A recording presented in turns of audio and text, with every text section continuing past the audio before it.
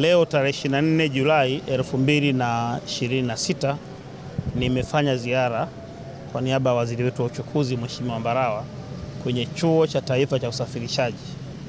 Ziara yangu ilijikita kwenye mambo mawili: kuzungumza na watumishi na kuona miradi inayotekelezwa.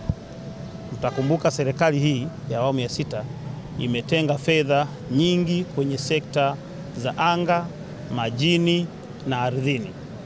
Kule kwenye ardhini tunajenga reli ndefu karibu kuliko zote barani Afrika yenye urefu wa zaidi ya kilomita 2200 na kwenda mpaka Kigoma hadi Mwanza. Kwenye anga tunajenga viwanja vya ndege karibu vyote, lakini tunakununua ndege za ATCL zaidi ya 16 na tunakwenda kuongeza mpaka zifike 28. Kwenye upande wa majini tunaboresha bandari mbalimbali ikiwemo Dar es Salaam, Tanga na kwenye maziwa makuu yote, sambamba na ununuzi wa meli. Mipango iliyopo ni kuifanya sekta ya uchukuzi kuwa ndo kinara cha kusukuma uchumi wa nchi yetu. Hivyo mipango hii lazima iendane na wataalamu wanaotengenezwa. Nimefanya ziara leo hapa Chuo cha Taifa cha Usafirishaji nikiwa na mwenyekiti wa bodi pamoja na mkuu wa chuo na timu nzima ya management. Nimeridhishwa na miradi inayotekelezwa. Nilipofika hapa, kwanza nilikuta idadi ya wanafunzi imeongezeka mpaka imefika 19,000 kutoka 12,000 waliokuwepo miaka 5 iliyopita.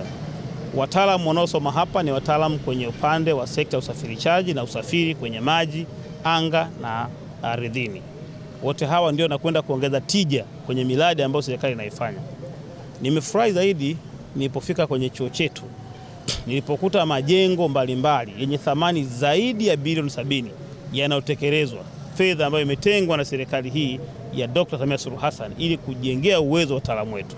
Kwanza nimetembelea kwenye jengo la aircraft maintenance. Hili ni jengo maalum la kihistoria ambalo linatusaidia kwa ajili ya kutengeneza wataalamu, yani mafundi wa kutengeneza ndege.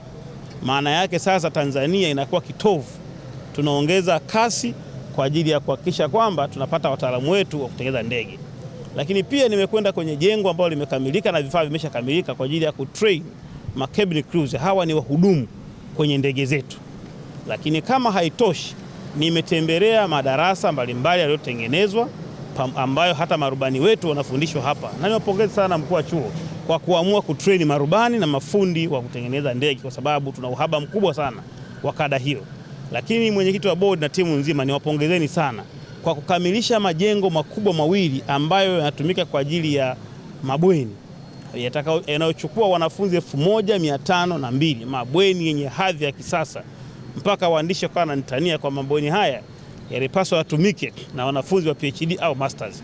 Lakini Dr. Samia Suluhu Hassan ameyajenga, wanatumia vijana wetu wa diploma, certificate na degree na makundi mbalimbali ambao wako hapa. Kwa hiyo nikupongeze mkuu wa chuo na mwenyekiti wa bodi kwa kazi hii kubwa ambayo umeifanya. Lakini nimepongeze pia kwa mlivyokibadilisha chuo. Ukifika NIT leo unaweza kupotea.